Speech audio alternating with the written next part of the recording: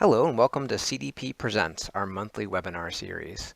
We're happy to have all of you with us today, and if you've joined us before, welcome back.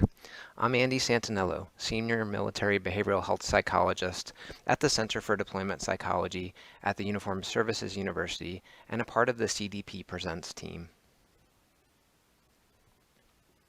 This project is sponsored by the Uniformed Services University. However, the information or content and conclusions do not necessarily represent the official position or policy of, nor should any official endorsement be inferred on the part of USU, the Department of Defense, or the U.S. government. Here's a good snapshot of some of the upcoming trainings we're going to be offering in the next couple of months, which can be found under the Training tab on the CDP's website. So I'm just going to highlight a couple of the upcoming training opportunities.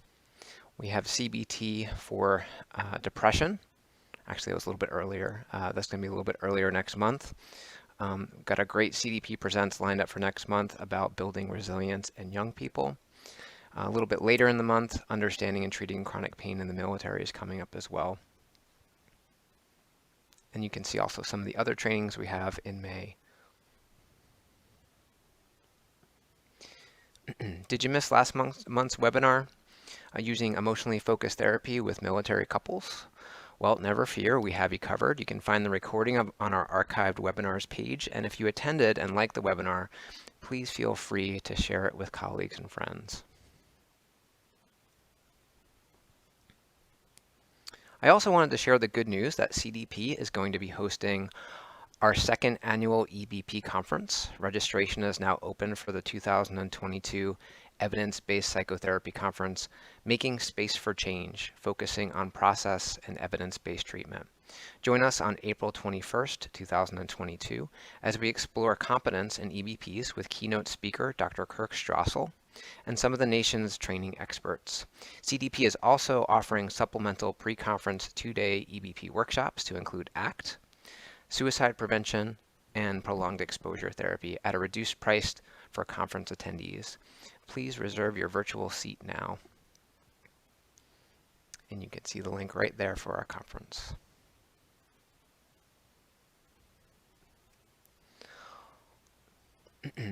CDP is also excited to continue to offer our podcast, Practical for Your Practice. This bi-weekly podcast features stories, ideas, support, and actionable intel to empower providers to keep working towards implementing EBPs with fidelity and effectiveness. Be sure to check out our latest episode, Wide Awake, to talk about sleep, common pitfalls in the assessment and treatment of sleep disorders. In this episode, we pull the covers back to reveal the most common pitfalls for providers when it comes to addressing sleep disorders with CDP's own sleep guru, Dr. Diana Dolan. There's a lot of ways sleep can go wrong, and often sleep problems take on a life of their own and become a primary diagnosis. And I'm sorry, my PowerPoint's fighting with me, so that's why I keep coming back. Come join us for a discussion on how to improve your assessment of sleep problems and your actionable intel to strengthen your treatment approaches. Be sure to check out our other episodes on the podcast page of our website. And don't forget to subscribe on your favorite platform. Before I introduce our speaker for today, I wanted to take a moment to orient you to a few features of Zoom that will enhance your experience of our training today. You may have entered the webinar in full screen mode, and if you'd like to exit full screen mode, please click on your screen and hit the escape key. For the best user experience today, we recommend that you close all other programs on your computer. Any difficulties viewing the material during the presentation are likely due to a poor internet connection. While I'm talking, please check the volume level on your computer or device and adjust as needed. Many participants will find it easier to hear the presentation using headphones. Please note, and I see that a lot of folks already have noted, the chat feature, which you can find by hovering over the bottom of the screen. This is a great place for you to enter questions and respond to questions that our speaker may pose, or even to interact with other participants. Questions will be moderated by me and asked of the presenter in the final about 5 to 10 minutes of our presentation today. Also, if you experience any technical difficulties, please type the problem in this chat pod, and someone from our tech support team will assist you. Please make sure that you send your text message to all panelists and attendees in the chat pod so that everyone can see your questions. This webinar series will be recorded and posted to the Center for Deployment Psychology website, along with any additional materials and references. Handouts for today's webinar can be found in your CE21 My Account page under this event. Finally, at the end of this webinar, our project manager, Mr. Micah Norgard, will provide information and instructions on how to obtain your CEs. In order to obtain CE credit, you must attend the entire webinar and complete the webinar survey in CE21. Please note that for this webinar, we are offering American Psychological Association CE credits, which are acceptable to most state licensing boards for different mental health disciplines. Be sure to check the requirements for your state and retain any documentation associated with this training. And now it is my great pleasure to introduce our presenter for today. Dr. Elizabeth Twomley is a neuropsychologist and professor of psychiatry at UC San Diego. Much of her work is based at the VA San Diego healthcare system, where she is a VA Rehabilitation Research and Development Research Career Scientist and the director of the Clinical Research Unit of the Center of Excellence for Stress and Mental Health. Dr. Twomley's research has focused on cognitive training and other interventions to improve real-world functioning for individuals with psychiatric disorders, traumatic brain injuries, and other cognitive impairments. She has developed and evaluated compensatory cognitive training, CCT, and cognitive symptom management and rehabilitation therapy, Cog Smart, with funding from NIH, VA, DoD, NSF, BBRF/NARSAD, and UC San Diego grants. These treatment manuals and other clinical materials are available at no charge on her website, www.CogSMART.com, and I'll put that website in chat for you. So it is my pleasure to hand over the mic to Dr. Twomley. Thank you so much, Andy, for the kind introduction and for the invitation to present today. Can everyone hear me okay?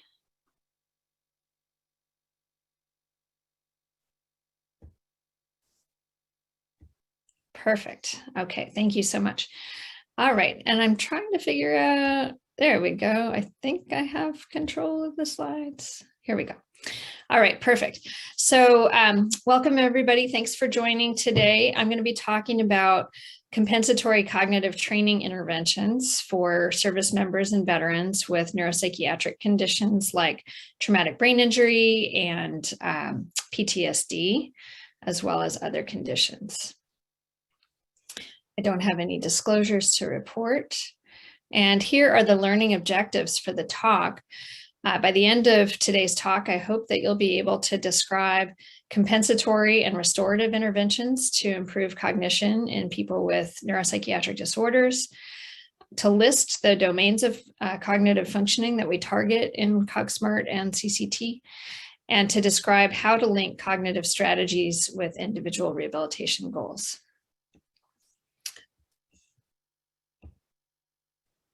Okay, so I like to start out these talks with a little audience participation here, so feel free to stick your answer into the chat. How many of you use something like this to organize your schedule? Or perhaps you use something like that?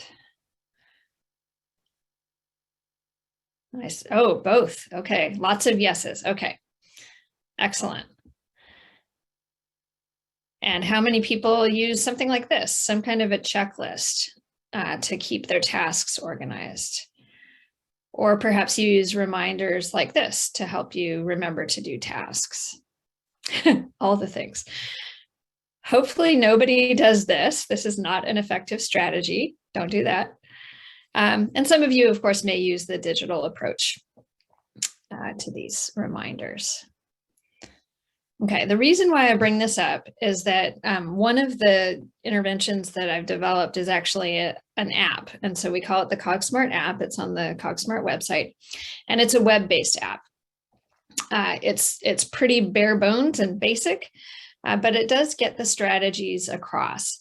And every time we introduce a cognitive strategy, we ask the user, do you want to use this?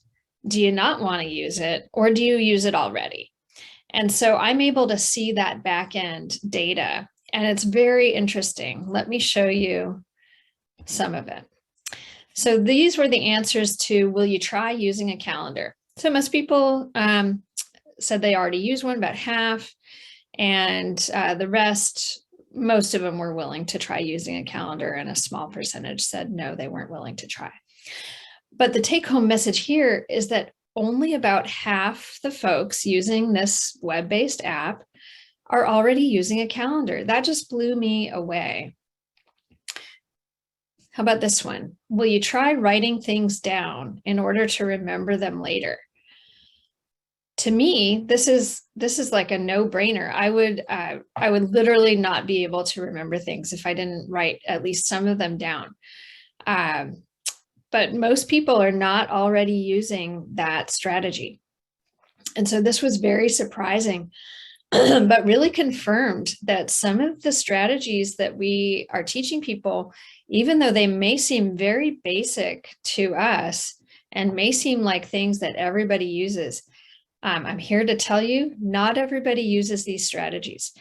And so the takeaway for me was that sometimes solutions to problems may be simpler than we think, and we really need to get back to basics. All right, so with that background, now I'll dive into the rest of the talk. Here's a little outline of what I'll cover. So the first section of the talk will be about the rationale for these interventions and how they were developed. Then I'll tell you about some of the results from our randomized controlled trials. And finally, I'll do a bit of a deeper dive into some of the cognitive strategies that we teach and give you some clinical considerations if you'd like to implement some of these in your practice. Okay, so first, a little bit of background. Really, all neuropsychiatric disorders have cognitive consequences, whether we're talking about significant mental illness like bipolar disorder, depression, schizophrenia, PTSD, really any psychiatric illness is either going to have direct effects on cognition or indirect effects, because any psychiatric illness presents with symptoms that really rob the brain of resources as the brain is working to try to do life, but also simultaneously keep those symptoms under control. And that is very taxing for brains, and they don't work as efficiently under the influence of a psychiatric condition. Of course, we know that acquired brain injuries like TBIs or strokes can have cognitive sequelae. And then there's also the aging process and mild cognitive impairment and dementia, of course, in some of our aging veterans. So we need to pay attention to cognition. And I really think of cognition as a third pillar of health. Right next to physical health and mental health, we have cognitive health. Historically, cognitive impairments have been underappreciated and underdetected. And so we don't focus on them as much, but we really should, because they have incredible downstream effects on the ability to function independently and on quality of life. We also know that cognitive impairments can limit psychological and psychiatric recovery and response to our evidence-based practices. And so we really need to address cognition if we want functioning to improve. Okay, I want to show you this background slide just to lay the groundwork for what we've focused on in the past decades. So I'm going to talk about two interventions. The first one is Cog Smart. So that stands for Cognitive Symptom Management and Rehabilitation Therapy. That was developed specifically for veterans with traumatic brain injury. And then compensatory cognitive training is sort of a close cousin of Cog Smart. You can think of them as largely overlapping treatment approaches that involve teaching the same cognitive strategies. They have been adapted and sort of rewritten for different populations, but really think of them as being very similar. So we've done a bunch of randomized controlled trials with various populations now, ranging from people with psychiatric symptoms to autism, TBI, the combination of TBI and PTSD. We have some transdiagnostic studies looking at homeless veterans with mental health conditions, and we've done some work with aging as well. And there have been some international trials ongoing as well. But generally what we found is that these interventions lead to improvements in cognitive performance. This is untrained cognitive performance on neuropsychological tests that are objective and have norms. And we don't use those tests in the training itself. So this is untrained cognitive performance. So it really is showing some generalization here. We have shown multiple improvements on measures of psychiatric functioning, post-concussive symptoms, so people feel like they're doing better, and improvements in quality of life. There are a bunch of translations now available. The manuals are in use in many VA and DoD and other community facilities. They're free and they're on the website, and so they've been downloaded a bunch of times. Hopefully some of you would like to see them too. The app went live a few years ago, and next steps are really more to figure out how are people using this in their practice in these different settings. We also have a strong interest in technology and being able to harness digital technology to improve mental health and cognitive health. And so right now we're focusing on integration with robotics, and I'll show you a video of that later. All right, so it's really important to understand the background of cognitive training research, which really falls into two different approaches, the restorative approach and the compensatory approach. You may have guessed that I'm a proponent of the compensatory approach. It's in the title of the manuals that I've studied. And so, I'll definitely talk a lot about that. But first, what is the restorative approach? It's really focused on more bottom-up cognitive processing, so training of elementary cognitive processes like visual attention and auditory attention. The aim here is to restore functioning of impaired neural circuitry. And typically these approaches involve computerized brain games. They're set up to be hierarchical so that the person will have increased difficulty as they master these brain games. And there's a lot of drill and practice and repetition. So these can be done at home on laptops or tablets, relatively easy to administer. The question continues to be, does improvement on these brain games generalize to improvements in everyday functioning? Certainly people can get very, very good at doing these brain games and can achieve supernormal performance fairly quickly with this kind of training. The question of generalizability, though, is really important. And this approach has tended to have difficulty showing that improvements on the brain games generalize to meaningful functional improvements. So then on the other side, we have compensatory training, really focused more on top-down cognitive processing and not intended to restore impaired neural circuitry, but really to work around the impairment or compensate for the impairment. We can do this in person, in groups, or with individuals. We teach cognitive strategies and then plan for how to apply them in the real world. And so because those cognitive strategies are planned for real world performance, the generalizability tends to be a little bit better with these. However, it's therapist intensive and comes at a higher cost because of that. All right, so I think this slide really communicates the two main points underlying compensatory cognitive training and CogSMART. And so this, again, this idea of cognitive compensation, you're working around a deficit. by teaching someone either to reduce cognitive demands in the environment, so for example, note-taking does that, or by handling those cognitive demands differently, perhaps using different strategies to do that. Of course, we aim to make all of these strategies into habits, and we know that habit learning is a really robust cognitive process. It's highly resistant to forgetting.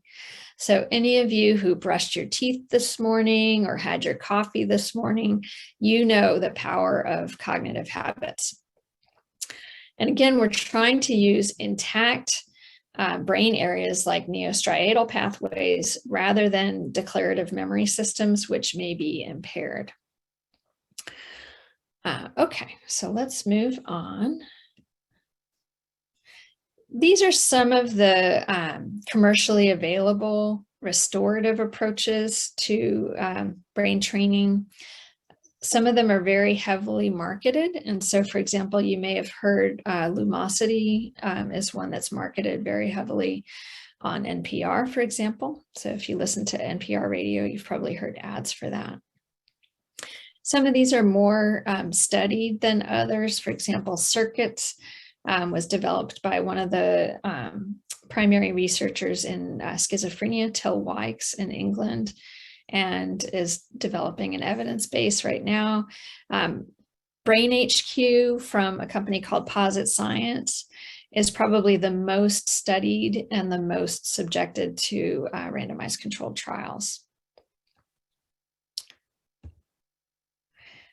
Oops. So this is a very lucrative industry, $3.3 billion industry as of 2020. And some of the claims are quite controversial. And so an example is that training for 10 to 15 minutes, 3 or 4 times a week, will help users achieve full potential in every aspect of life. You'll see some more advertisements in a second that really promise a lot. Brain training for 10 hours has lasting benefits up to 10 years. And again, there's a lot of evidence that these programs work. They help people perform better on cognitive tasks. They perform really well on the cognitive tasks that they're trained on in the brain games themselves. And there's also evidence for near transfer to other similar neuropsychological tests, for example. Again, less compelling evidence for far transfer to functional goals. And this whole area has been an area of hot debate by scientists. So just to give you that background, I want you to know the full picture here. And you know, I am not against these brain games at all. I definitely believe that they do something. And it may be that combining restorative and compensatory cognitive training might be the way to go. And that's being studied in some studies right now.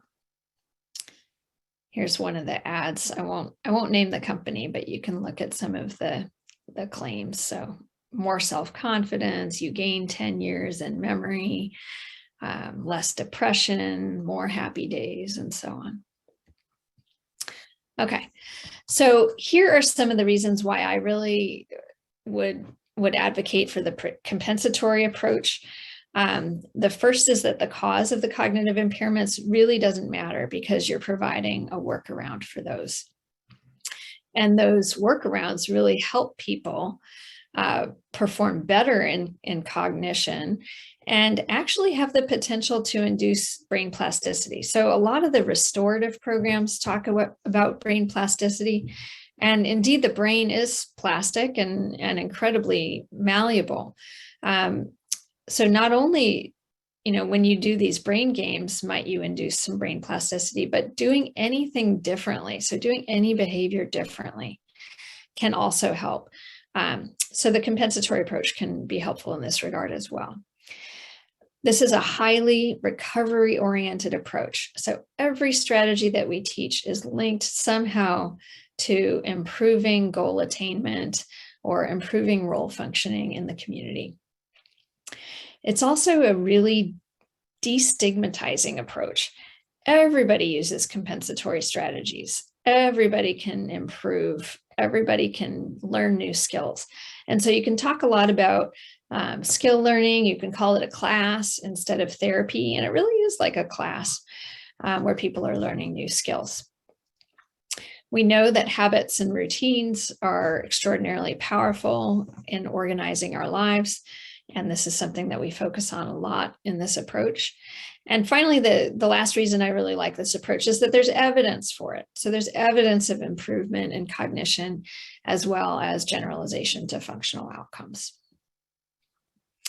All right, so the interventions that I've developed and studied with my team are multiple versions of Cog Smart and CCT. They are generally once a week programs for 8 to 12 weeks. We've done this individually, we've done it in groups. There's a treatment manual that everybody gets a copy of. And so the practitioner and the service user are literally on the same page. So very low tech approach, doesn't involve computers unless you're doing the app. Very practical and portable. We've done this in coffee shops, we've done it in libraries and so on. And we've done it in people's homes. It's a very individualized approach. And we always elicit the real world cognitive problems that people are having and try to link the strategies that we're teaching to each individual's rehabilitation goals. Homework is a big part of this. If we only practice in class, things are not likely to improve, but homework is really designed to help the person implement the strategies in their daily life. And again, there's also the app. That can be used either as a standalone if someone wants to do sort of a self-paced approach to learning these strategies, or it could be done in conjunction with a therapist who can guide them through it, or it could be done along with one of the standard treatment manual approaches. Okay, these are the domains that we focus on. The first one is prospective memory, which means remembering to do things in the future. And so you all being here is prospective memory because you remembered to come at the appropriate time. We do this first because we want people to come back to the next session. And so we want to really lay down the groundwork so that people will return and be able to adhere to the rest of the intervention. Then we focus on conversational and task attention, really as a building block for the next section, which is learning and memory. And then finally, at the end, we have executive functioning and cognitive flexibility. These 4 domains were selected because they've been shown to be important for everyday functioning and quality of life. And there was evidence that they were modifiable. So there was some evidence in the field already that we could move the needle on these 4 domains. Also, I think a pretty good fit for veterans and service members who've experienced a TBI or have PTSD or both. These tend to be the areas of functioning that people have concerns about. Okay, so these are, again, the modules in the order that they appear in the manuals. And some of the compensatory strategies are listed here, just so you can get a general idea of what we do. We're going to take a deeper dive into all of this later in the talk. So let me move on and just show you some of the evidence that we've collected so far. So this slide covers the CogSMART and CCT trials for veterans with TBI. We have a study going on right now for veterans and service members doing an adapted sort of briefer version of CogSMART. And I won't be able to show you the results today because we're in the middle of that study. But so far, what we know about these strategies is that we tend to see small to medium effects on different aspects of learning. So digit span, for example, is a marker of auditory attention. We have learning as measured by the Hopkins Verbal Learning Test. This is a list learning task. And then executive functioning as measured by letter fluency. So this is speeded verbal problem solving. And small to medium effects on tasks like that. We have somewhat larger effects on a task of prospective memory. So again, remembering to do something in the future. And quite a bit larger effects on symptoms. So symptom measures like post-concussive symptoms, this is a very large effect. And again, a very large effect on quality of life. We've done a little bit of neuroimaging on some of the participants who've been receiving either CCT or a control condition. And when we compare those two groups, what we found is an association between receiving CCT and reduced activation in bilateral, parietal, and occipital cortex during a prospective memory task. And so the takeaway here is that CCT may involve or may improve some neural efficiency for processing prospective memory event-based information. This was a very small sample, and so it was not published, but we're hoping to move more in the direction of neuroimaging in the future. Okay, I'm sure many people on the call are familiar with this problem. So providers are really at sea when it comes to people with both PTSD and TBI. And so what we heard clinically from the providers was that it was often difficult to figure out which treatment or which problem should be the focus first. And so the PTSD providers would say, oh, this person's TBI symptoms are so severe, they're not going to be able to benefit from the PTSD treatment. And then the TBI providers would say, gosh, this person's PTSD symptoms are so severe that they're going to interfere with the ability to benefit from TBI treatment. And so my colleague Amy Jack and I thought a lot about this, and she ended up developing a new treatment, which is standard cognitive processing therapy with some focus on cognitive strategies for individuals who have both PTSD and a history of TBI. And so this was really the first time that we had integrated these two treatments together. And by doing them together, not only does it save time for the service user and the clinician, but we may get more bang for our buck, and we may get better adherence too, because it's a briefer treatment. So I'll show you some data from that. So this intervention was called SMART CPT, and it is standard cognitive processing therapy. It is the full CPT intervention for PTSD. So this is an evidence-based practice for PTSD treatment. And we included CogSMART strategies for organization, attention, memory, and planning with the CPT content, really to support the service user's ability to navigate through CPT. We visually enhanced some of the CPT worksheets. So if you've done CPT before, you know that some of those worksheets are pretty complicated, and we made them a little bit simpler, used some color coding and so on. We also introduced some within session summaries to really help the service user cope with the amount of information being provided. And so if you do this SMART CPT intervention, it takes 15 hours over 12 weeks.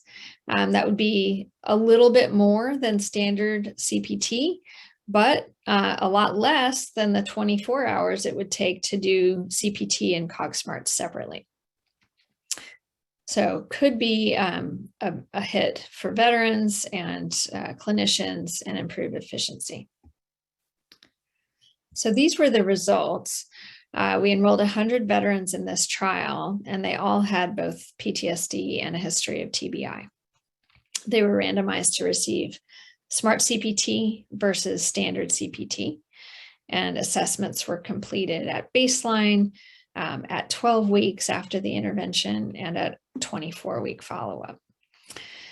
What we found was really equivalent outcomes on all of the PTSD symptom measures. So both groups got better in terms of their PTSD because they were both receiving evidence-based PTSD treatment, right? They both got CPT.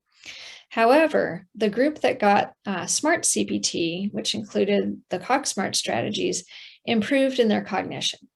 And so there were significant SMART CPT associated improvements in attention, verbal learning and memory, as well as novel problem solving.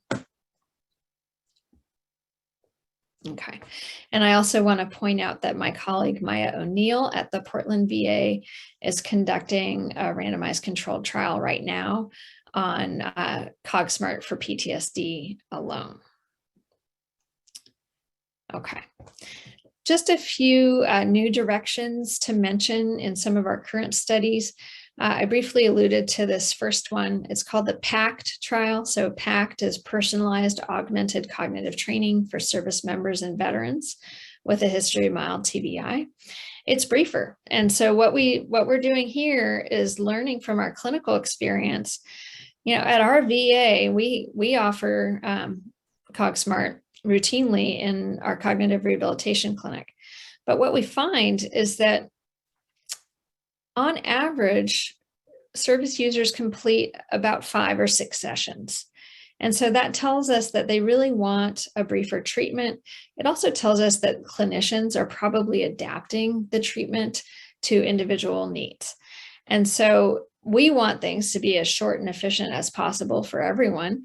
And so what we're doing is having the participants choose which CogSMART sessions best meet their needs and their priorities based on their cognitive functioning. And so they discuss this with the neuropsychologist, and then they choose 5 CogSMART sessions. They also get a CogSMART app account, and so they get exposure to the full CogSMART protocol if they use that app. They also are given a Posit Science Brain HQ account, and so they can use the restorative approach as well if they like. I can tell you we've studied uptake of the CogSMART app and Posit Science Brain HQ a bit, and it's you know, a lot of folks are not electing to use these. They seem pretty happy with the in-person cognitive training that they're receiving with the neuropsychologist, but it's a minority of participants who are using the CogSMART app and Posit Science Brain HQ. All right. Another study that we just are wrapping up this month, as a matter of fact, is a study of CCT for veterans who are homeless or at risk of being homeless, and they're receiving residential mental health treatment in our VA. So more of a transdiagnostic study. Most of those veterans are diagnosed with either PTSD or depression. Most have had a TBI, and there's a very strong history of substance use disorder in many of those veterans. So it's really a population with a lot of risk factors for cognitive impairment. We have an MCI study going on right now for older veterans. That's with a motivationally enhanced CCT. So it's the standard CCT strategies plus some motivational enhancements to use those strategies and to pursue some healthy lifestyle changes like Mediterranean diet, increased physical activity, trying to improve sleep, and so on.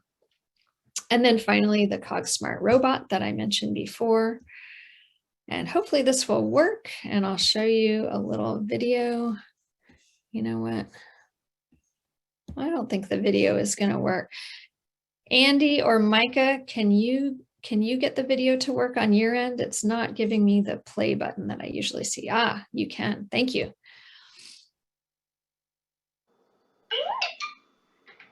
Hi there. It's great to see you. Here are today's activities. Please choose one to start. Let's start the color game. Let's get through 3 rounds. Here is round number 1.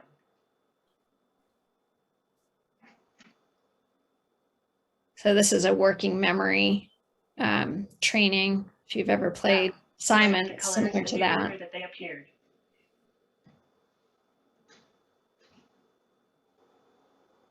Let's start the number game.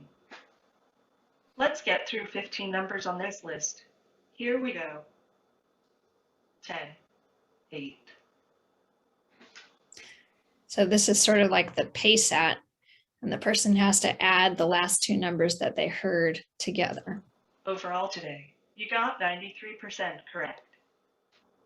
Did you know that most people need around 7 to 8 hours of sleep each night?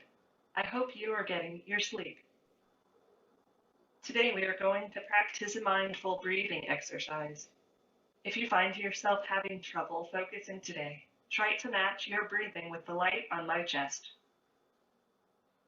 If you feel comfortable, you can gently close your eyes, or you can keep them open if that is better for you. Do only what feels comfortable and safe for you today. I will also close my eyes along with you.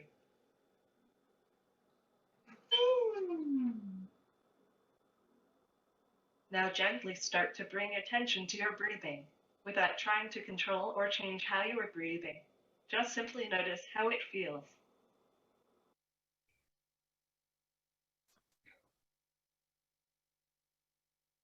Okay, and so this is a robot called Cori. It's a commercially available robot, and you can see that the iPad is integrated into it. And these are just a few examples of the kinds of interactions that the robot can have with a participant.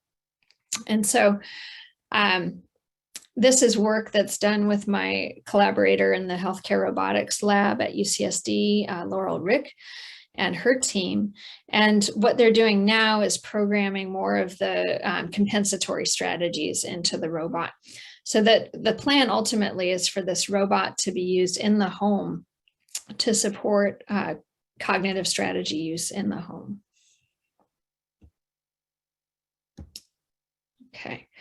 So at this point, I'm going to shift into a deeper dive into some of the clinical approaches and strategies themselves.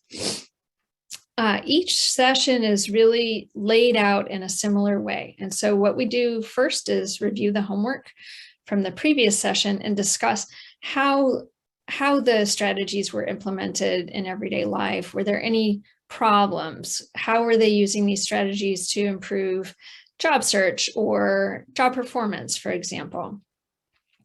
Then we go on to introduce the new skills that we're going to focus on that day, establish the rationale, why the skill is important, how is it linked to your goal, what is it going to help you with. We demonstrate it, practice it, and then assign homework. And again, the homework is really to use the skill in the community and see how it goes. I told you that goals were very important, and indeed we talk about goals in the very first session. So we really want to know each participant's important life goals that they're working toward. So it could be a living situation goal, it could be a work or school goal, it could be a relationship goal. And so we want to know those so that we can help the person link each strategy to their goals. It really helps with buy-in. And so the therapists get to know these goals really well. And we try to elicit the relationship between the strategies and the goals from the participant. They don't always make that link themselves. And so if they can't do it, or if they don't realize how the goal is connected to the strategy, then we will help them and provide that linkage for them. We try to work on SMART goals as much as possible. Okay. Every couple sessions at the end of each module, we reflect back on the goals and have the participant do some writing about how the strategies that they learned can help them achieve those goals, right? So what we're trying to do here is increase buy-in to continue practicing these strategies over time. This is just a page of the manual. It shows you session 2. So session 2 is on prospective memory. You can see that the first thing in the session is an agenda, so sort of a CBT approach, agenda setting in the very beginning of the session. Then we do homework review. We introduce the domain that we're working on for the day. why it's important, and then start diving into actual strategies. And so for prospective memory, what is really paramount is calendaring. And so we want the participant to have a calendar that they are willing to have with them at all times. It has to be something that they can use out in the community. So it could be a paper calendar, or it could be a smartphone calendar. Whatever they are going to actually use is absolutely fine with me. It just has to be something that they're willing to use. We encourage them to check the calendar daily or multiple times a day. Sometimes we use alarms to help that happen initially. And we teach them how to have a weekly planning session with their calendar, where they sit down, usually on the weekend, think about what's coming up for the week ahead, and plan out what they need to do to prepare. Calendars are also a great place to keep other information that they need frequently. Could be phone numbers, bus routes, could be medication list, and so on. All right. If you're going to use a calendar, you got to remember to check it. And this tends to be where people have a little bit of difficulty. And so we try to teach them how to link tasks together to make a routine, so that calendar checking will become an automatic activity of their day. And so it could be linked to another activity that they do every day, like eating breakfast, waking up in the morning, taking medications, and so on. When you're first trying to establish that linkage, it really helps to have a written reminder in a place that they can't miss, something that they are going to actually see. If they have to touch the reminder note to get past it somehow, that is really helpful as well. So it could be a note on the doorknob, it could be a note on their toothpaste tube, on their coffee maker, wherever they're going to have to touch it and see it is going to work pretty well. And usually those notes can be faded out within a couple weeks of establishing the habit. We help them create to-do lists. Examples are job leads that they want to follow up on, errands that they want to do, and so on. And for homework, we have them carry their calendar everywhere, do a planning session on the weekend, enter everything that they can think of into the calendar. And we test out how this is working by having them call the office and leaving a message on a Saturday. And so if they're checking their calendar on a Saturday, I'm pretty happy with that. And that's a really good indication that they're checking it every day. Of course, there are sort of short-term prospective memory situations that come up where writing something down in a calendar may not be really feasible. And so there are some short-term strategies that can be used, like writing on your hand or leaving yourself a message, other sorts of reminders that you can't miss seeing. We definitely focus on having an organized home with automatic places where important items are kept. So we call it having a home for your stuff. And it could be a bowl, it could be a bag. It should always be in the same place though. And then finally, again, we talk about linking tasks together to increase overall prospective memory and adherence to routines. So for example, linking taking medications with brushing teeth. And again, you can use those can't miss reminders when you're first forming that habit. Here's module 2. This is a page from the conversational attention section. And so we have some strategies to improve conversational attention by practicing these 4 principles, which we put into an acronym called LEAP.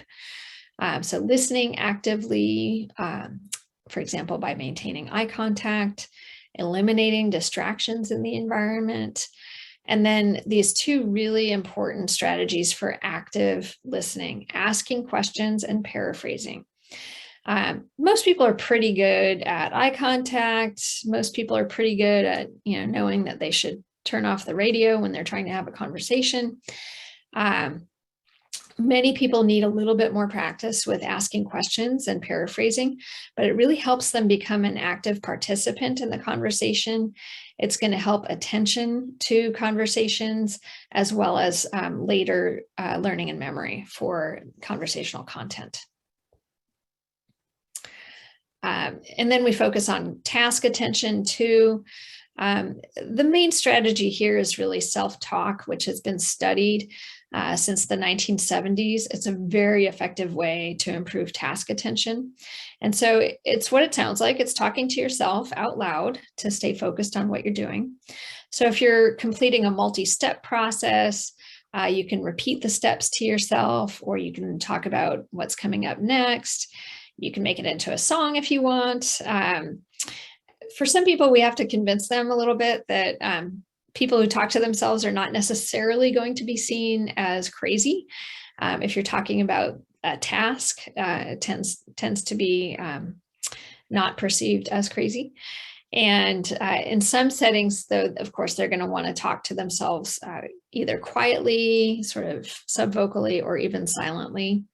But out loud really is preferable, because then you're going to be listening to your own voice, and it's going to encode the intentions and the memory traces even more strongly.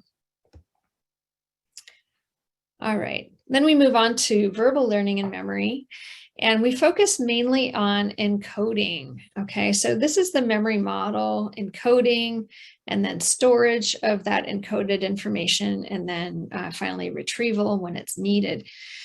We don't have much conscious control about storage. It works better when you're well slept and not using a lot of substances, but it's really not under conscious control. And then retrieval difficulties don't tend to be a major concern for the types of folks that we work with. And so really it's encoding. And guess what? If you don't encode something, you're not going to remember it later. And what's the building block of encoding? It's attention. And so if you don't pay attention to it, it's not going to get encoded, and it's not going to be remembered. And so we really focus on, again, encoding as well as attention here. So how do we do that? We try to focus on, here we go. Here we go. Okay, so two main approaches to improving encoding. So the first one is to reduce the amount of information that has to be encoded, right? So if it doesn't need to take up brain space, let's not have it do that. Let's put it somewhere else, like on a list. Okay, so that's one strategy. The other main approach is to make whatever information needs to be remembered more personally meaningful. So if you increase the personal salience of that information and make it more memorable, it's going to be remembered later better. And so we can make it funny, we can make it interesting, we could make it attention grabbing, we can make it sexy, whatever it takes to make it more memorable is going to improve memory later on. Okay, so here's an example of just reducing the amount of information that needs to be remembered, writing it down, right? I showed you this in the very beginning of the talk. Most people don't do this. So we really want a writing system. It could be in a little notebook. It could be in an app on your phone. It could be sticky notes, as long as you don't overdo it. It could be on your hand and so on, but write it down, get it out of your brain. Don't trust your memory. I say this so often to clients. Don't trust your memory, right? Come up with a strategy instead. And so if you're writing it down, this also has some really nice side effects. If you've written it and then you read it as you write it, and then you hear yourself reading it, oftentimes in that kind of strong encoding through several sensory channels is really going to help you remember it later. And so I don't know how many of you have had this experience, but it happens with me all the time. I'm writing a shopping list and I'll read it out loud as I write it. And if it's only a few things, by the time I get to the store, I often don't even need the list because I just remember what I've written down. Of course, there's a limit to how many items you can do with that. But again, getting it outside of the brain is the important part. And so we do some practice with note taking. Paraphrasing, also really helpful because it puts the information into your own words. And so that's going to strengthen the memory trace because you've had to think about it and process it more actively. And then if you're saying it and then hearing it, again, you're encoding through multiple sensory channels. And so we do practice paraphrasing. Then we've got association. So this is a trick to link new information that you're trying to learn to old information that you already know by making analogies and contrasts. So for example, let's say you meet this person who is Alice Medaglia, a leader in the field of cognitive remediation in psychiatry. And you're going to compare her to other Alices that you have heard about before. I'm probably dating myself here, but this is a character named Alice from the Brady Bunch TV show. And here, of course, we've got Alice in Wonderland. And so you'd be thinking, how is this Alice different from or similar to these other Alices that I know? And just doing that conscious thinking about it is going to strengthen those associations and strengthen the association between the name and the face of this person that you're meeting. Various other, I think I may have skipped a slide here. Yes, here we go. Okay, so encoding strategies that focus on categorizing in some way or grouping information. These both reduce the amount of information that you need to hold on to in memory. So chunking, really good for numbers. For example, turning this 10-digit number into a phone number, okay? If you've ever had to put in a code to activate your software, this may be a strategy that you use, chunking some of those numbers or letters together. And then we have categorizing, so grouping information together in a logical way, and then using the categories to help jog your memory. Anybody who's ever administered, for example, the California Verbal Learning Test or the Hopkins Verbal Learning Test knows that categories can really help with memorization. Okay. Acronyms. Boy, the military and the VA love acronyms. And so, this we use to our advantage because our population is well accustomed to acronyms. They know what these are, and they know that they can make new acronyms to help them remember. If you can do a rhyme or make something into a song to remember it, these are also very good strategies. They require perhaps a little bit more effort to implement, but once you've done that, really, really memorable. Think about how many song lyrics you have in your head that you really don't need to know, but they're just so memorable because they rhyme, right? Okay, and here's overlearning. This is what it sounds like. It's overlearning information until you really just know it cold. And so anybody who's ever used flashcards, for example, is familiar with this. You can overlearn lots of information using other types of mnemonics. So, for example, this is a mnemonic for the order of the planets.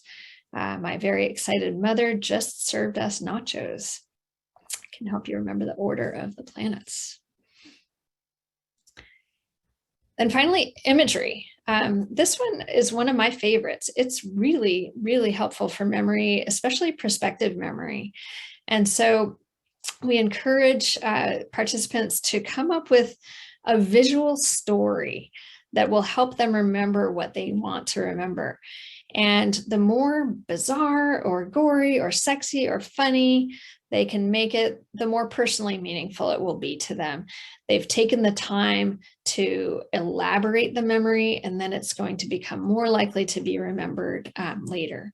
And so we play around with this a lot in terms of prospective memory, using, for example, stories to remember to do something when they get home from the session that day. And then we check in on it and see if they actually remembered. We have a whole list of ways to help remember names. This was actually not in the original manual, but participants asked for it. It was really important to them. And so we did some research on this and found a lot of ways to help learn and remember names. A lot of these strategies involve active listening and trying to make linkages between what you notice and the sound of the name, or just getting extra exposure to the name is really helpful. So requesting repetition of the name, talking about how it's spelled, am I saying it right? All of that gives you extra exposure to the name. And then repeating the name a little bit in conversation and when you're saying goodbye. You can even go off into a different room and write down names in your calendar or in your app on your phone, if you like. And then this last trick is just so great. This was a participant who gave this to us. And he said, you know what? I forget names all the time. And if I can't remember someone's name, I just reintroduce myself and I say, hey, I'm Mike. And the natural response of whoever you're introducing yourself to is to say the name back to you. Yes, we've seen these on TV. Okay. So some more general strategies for improving memory. One is good self-care. I said before that storage works better if you're well slept, if you're getting adequate nutrition and hydration, and avoiding alcohol and drugs. We know that exercise has salutary effects on all kinds of cognitive processes. So that's another important part of the recipe too. And then finally, just general organization practices, using habits and routines, sticking to a schedule, using that home for your stuff. All of that will help learning and memory because you have to focus less on just getting to where you need to be in the world. All right, this is the last module, executive functioning, cognitive flexibility. So one of the things that we teach here as a component of a problem-solving method is brainstorming. Most people are familiar with this, but when they brainstorm, they think of like 3 or 4 things. And we really want to improve the quantity, right? Because improving the quantity is going to be really important for increasing creativity and coming up with really a menu of possible solutions to problems. And so when we brainstorm, we're hoping for like 20 or 30, right? So we brainstorm various things, all the things that you would need to paint a room, all the ways to get a cat out of the tree, and so on. And this is why we brainstorm. We brainstorm to come up with effective solutions for problems. And so this is a problem-solving method that is in a worksheet form. And so step 1 is to define the problem and then brainstorm solutions. And then you're going to evaluate those solutions, right? So you don't evaluate while you're brainstorming. You come back later and evaluate the solutions.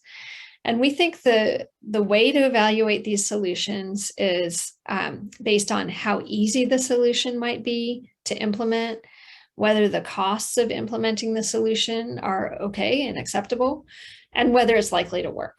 Okay, and so we kind of have a checklist formulation here. And then someone is going to select a solution to try, or in some cases, they might want to select more than one to try at the same time. So different types of problems call for different approaches, right? So if you're, for example, troubleshooting a computer, you can really only try one thing at a time. But if you're trying to lose weight, you could try a bunch of strategies all at the same time, right? So you could try to increase physical activities, you could try to decrease calorie consumption, and so on. Or if you want to save money, there are probably multiple strategies that you should try all at the same time, rather than just trying one at a time. So then you are going to try out your solution or solutions, and then evaluate to see how it's working for you. Of course, if your problem is not solved based on the solutions that you've tried, you need to go back to selection, right? So go back to step 4 and try something new. I love leave the cat in the tree. And I always say to participants, sometimes a valid approach to a problem is doing nothing and waiting for the problem to solve itself or be solved by someone else. And frequently that can happen. Cat can figure out how to come down on its own. Absolutely. All right, so next we have some other strategies to help with problem solving. One we call strategy verbalization. That's just using self-talk while you're solving a problem. And then self-monitoring is really taking a step back and doing some sort of metacognitive monitoring to evaluate how you're doing on a task, looking for evidence whether your strategy is working or not, whether your problem is solved or not, and so on. And then we talk about set maintenance versus set shifting. So the idea here is that if something is working for you, keep doing it. And if something isn't working for you, you got to shift and try something different. So here's a flow chart that just shows that visually. All right, and then finally, we focus on planning in the executive function module. And so the example here for planning to meet goals and deadlines is that by December 10th, I'm going to have all my holiday cards mailed out. And so what you would do is work backwards from the goal. So this would be the last step, mail cards on December 10th. And then you work backwards for all the steps that you need, and then you set target dates for those.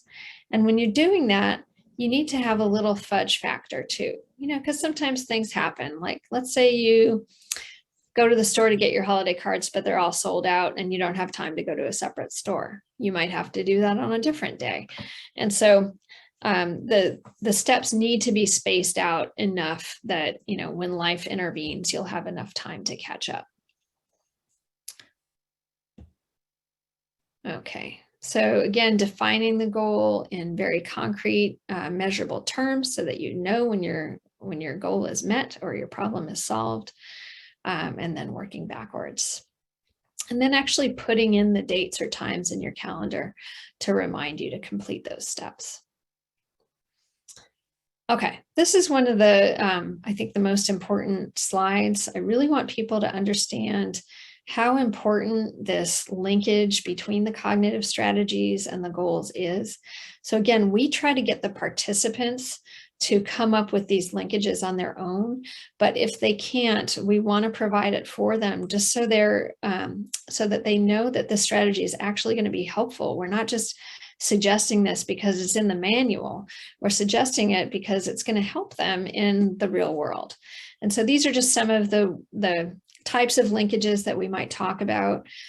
So using your calendar efficiently is going to help you plan job search activities or school assignments, or go to work on schedule, call your best friend on their birthday, pay the rent on time, and so on.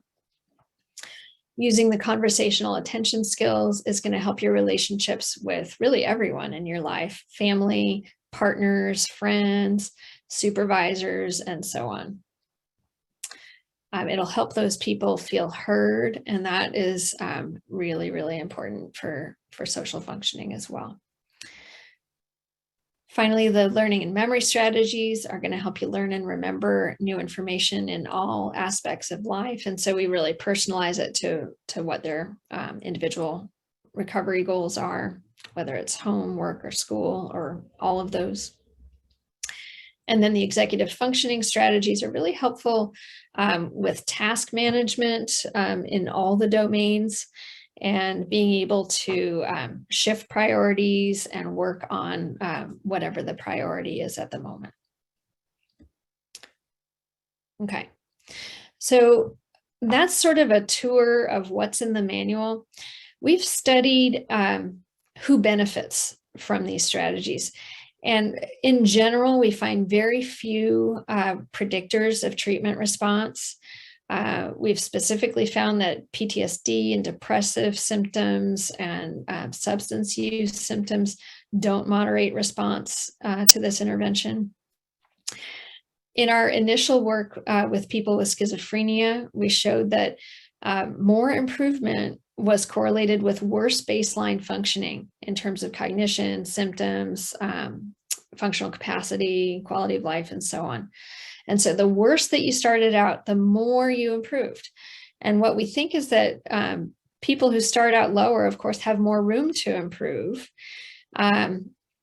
But also it tells us that we shouldn't really be limiting these types of interventions to people who are already functioning at a certain level. So I really encourage clinicians to take anyone who's interested. I think everybody can improve at least a little bit on something.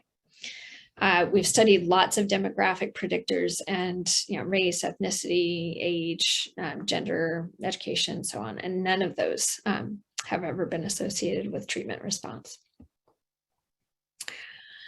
So again, when clinicians ask me, well, how do I know who's a good candidate for this? Usually what I say is folks who have some functional goals, some interest in improving their cognition. That's really the key ingredients here. I always encourage clinicians to assume that people with psychiatric illnesses have at least some cognitive weaknesses, if not decline. And most people are not using all the strategies available to them. And so they may have to build some insight with their clients regarding the links between cognitive functioning and everyday functioning and goal attainment to get them interested in a cognitive treatment. Here are some things that I tell clinicians. One is that the manual is a guide. It is not a Bible. It doesn't need to be read word for word. Really use it as a stepping off point, and feel free to focus on areas that are of greater concern to the participant.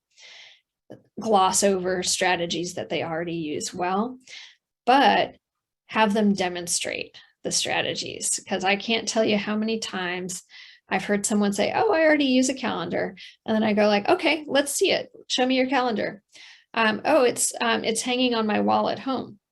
Like, okay, so it's not with you, so you can't use it out in the community. So then if you make an appointment out in the community, then you have to remember to transfer it to your calendar. And, that's where things can fall apart. Or I'll have people show me their calendar and it just doesn't have much in it. Or it has extraneous information in it that is really not related to any to-do items for them. So lots of room for improvement for most folks with calendaring, for example. I really like motivational interviewing. I use it all the time to really help people get why cognition is important. So many people use smartphones now, and they're great. And they have so many native apps that are really, really helpful for improving things like organization and prospective memory. But you have to know how to use them. And a lot of people who use these phones don't really know how to maximize what they can do. And they don't know, for example, how to use voice commands to make a calendar appointment. They're much more likely to be able to make calendar appointments if they use voice commands, because it takes usually less than half the time to do it. And, it's so easy that, we want to make it easy so that people will actually do it. We want them to know how to use a voice command to set a reminder, like to turn off the stove or turn off the sprinklers or whatever they need to do for short-term prospective memory as well. And so the clinicians really need to be ready to teach how to do that on both iOS and Android systems. Feel free to use your own examples and strategies. Not everything is in the manual, and we want to elicit people's real world cognitive problems. And so if you have a solution in there that you want to talk about or suggest, absolutely feel free to do that. And if they want to try the app, that can be a great supplement. The app has a lot of videos in it, and they're all hosted on YouTube. So you could also just go, there's a Cog Smart channel on YouTube. You could just go to that and show the videos. And, they're not high production values. They're like, me and my colleagues and friends a few years ago. So it doesn't look like a Hollywood production, but they do get the point across.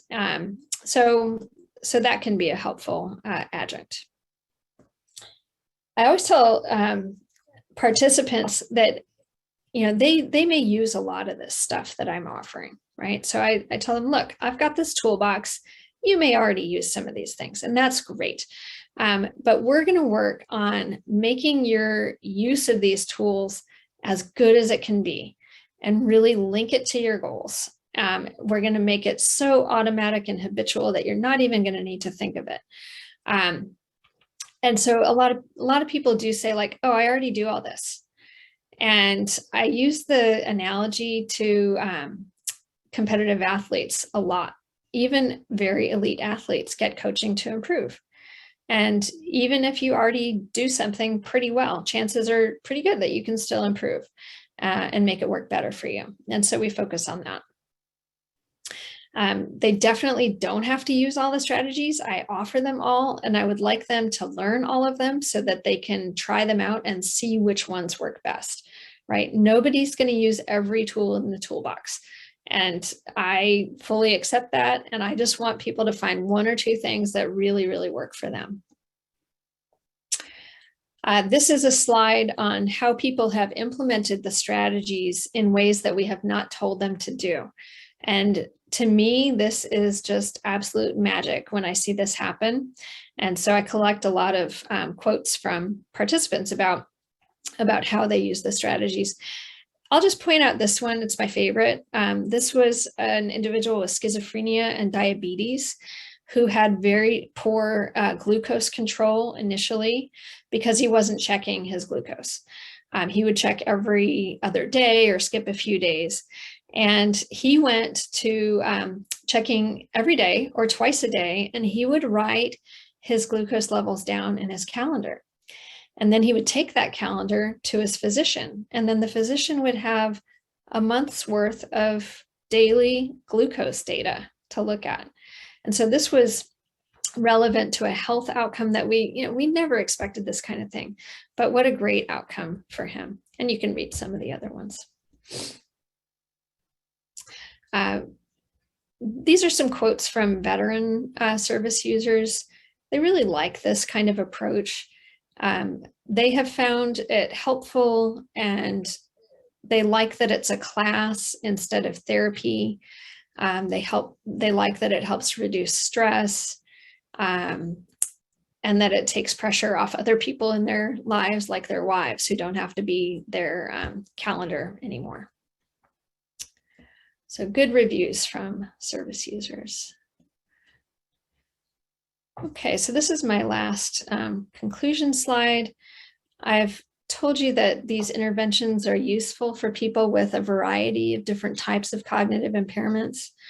We find improvements in cognitive performance, functional capacity, post-concussive symptoms, psychiatric symptoms, quality of life, and so on. We don't train to the test. We don't use tests in our training practices or anything like that. So this tells us that the strategies are actually generalizing to cognitive performance and other downstream effects. And so again, I said this in the beginning, but solutions to these brain-based problems may be simpler than we think.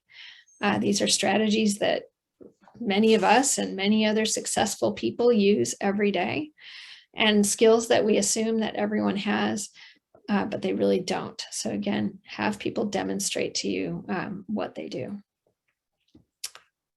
All right, I want to thank the folks that I work with, the greatest lab ever. And again, here are the websites. So the CogSMART website has all the manuals available for free. Except the Smart CPT manual is not on there, but if you email me, I'm happy to connect you with that. And then if you want to read about the randomized controlled trials, those are all on my lab website, which is smartlab.ucsd.edu. And then some of the trials are listed here as well. Okay, so I think that is the end. So I'll thank you for your attention, and it looks like we have a few minutes to talk about some questions. Well, thank you for, it's not often that we get someone presenting a webinar for us who does such a great overview of the literature and also gives tons and tons of actionable intel and resources. And so I really, really thank you very much for this presentation. During the presentation, I emailed one of my clients the CogSMART webpage Great. and I signed up myself. Oh, good. So great stuff. Perfect. Yeah, we do have time for a little bit of questions. The first was actually about the Smart CPT manual. And so if you are willing to, if you could put your email address in chat, that would be great. Yes, I will. I'll put it in the chat right now. And also, if you lose it or you don't write it down in a good place, I'm the only Twomley at UCSD or the VA. I'm really easy to find. The benefit of having an unusual name. And certainly, you know, we can help as well at CDP to get folks in touch with you. Sure. If they can't find you. Yeah, and I think it's also on the CogSMART website. So if you go to the CogSMART website, it's also listed there, so you can get it that way. Fantastic. One of the questions that came up actually just a little while ago, I thought was kind of interesting. Have there been any studies about CogSMART/CCT with a normal population? So folks maybe who don't have a history of TBI or a psychiatric illness. And this participant was wondering if some of the strategies in general could boost improvement in cognitive functioning for people without mental health diagnoses. Yeah, I think yes. Short answer is yes. I think some of the strategies are helpful for anyone who is not using them. And chances are that nobody's using all of these. Even if they're normal or super normal. So yeah, hopefully everybody can find something in there that works well for them.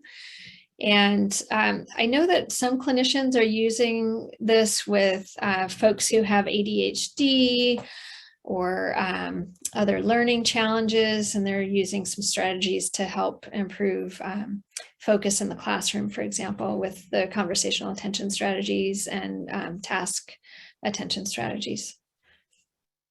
Have there, and I'm sorry to put you on the spot with this question, but since you mentioned ADHD and a couple of participants are also asking about it, has there been any research specifically with folks like with adult ADHD, for example? I know that is a concern. No research. I'm just aware of a few people using it clinically. Okay, thanks. That makes sense. So let's see. Looks like most of the other questions you were able to answer during the course of your presentation. So I'm just going to take a quick look at chat to make sure I didn't miss anything. Yeah, I'm scrolling through the chat right now as well. And one of the questions was, of all the commercially available brain games, do any of them have evidence behind them? Yes. They all seem to have some, those that have been studied have shown some positive effects on certain things. The most common positive effect is on the trained activities themselves. Everyone gets better at doing those brain games themselves. Others have more evidence for near transfer. And so I know someone asked, why did I select Posit Science Brain HQ? It's the one that's been studied the most and has the most evidence so far. Some of the brain games I would say, though, are not likely to be a hit with service users. They are game-like in some ways, but some can be quite boring. They're focusing on really very basic cognitive processes like auditory attention, for example. And so some of them are, like distinguishing between different sounds and things like that. It's hard to make that fun. And so what they've found, for example, in many schizophrenia studies that have used these software packages, they have to pay people to do it because people won't do it otherwise. And so of course that's not really, real world. We don't typically pay people to do treatment. So. Right. So, being able to almost gamify it, make it engaging, fun, interesting is certainly a key there. Could you remind folks how to access the CogSMART app. It's a web-based app, is that right? Yeah, it's a web-based app, so it's not in the App Store, it's not in the Google Play Store. You have to go to the website and then you click on login/register, and that's how you do it. So you can access it only on the website. This was made on a shoestring budget, so that's why it's this way. So it's only on the website. All right. Well, I want to thank you again for coming on CDP, and this has been fantastic. We're going to have this posting up real soon. I hope folks will check out the website, and thank you for all the work that you're doing, Dr. Twomley. You are very welcome. So yeah, really happy to be here and connect with you all. And if I can be helpful, if you want to use any of these strategies, feel free to contact me if issues come up, or if I can help you access other materials that aren't on the website. Well, thanks again. And so I'm going to invite Mr. Norgard to come on the mic and just tell us about CEs and the process for getting them. So thanks again for attending today, everyone. Again, just to echo Dr. Santinello there, thank you for all attending. The next process here in obtaining CEs is logging back into your account by clicking on that link that I just put in the chat. Once you log back into that account, you'll see today's presentation's title there, along with the launch webinar button that you used to get here, the handouts button, which you hopefully used to download the handouts today, and then a orange certificate button just there. Click on the orange certificate button. If for some reason it says seminar evaluation not complete, just wait about an hour, hit refresh, maybe 2 hours, but usually about an hour. Hit refresh, and then you should be able to complete the evaluation and then print out your certificate. If you have any questions or concerns, you see my email up there on screen, and most of you received emails from me anyways. If you have any questions, just reach out there. Have a great day, everyone.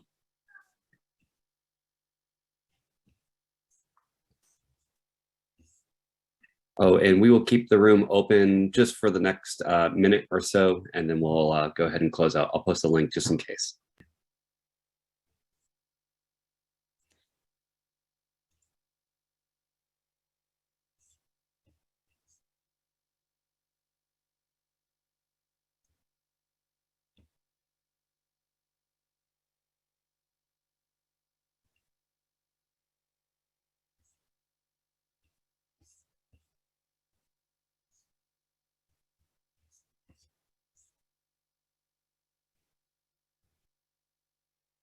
The room will close in 1 minute.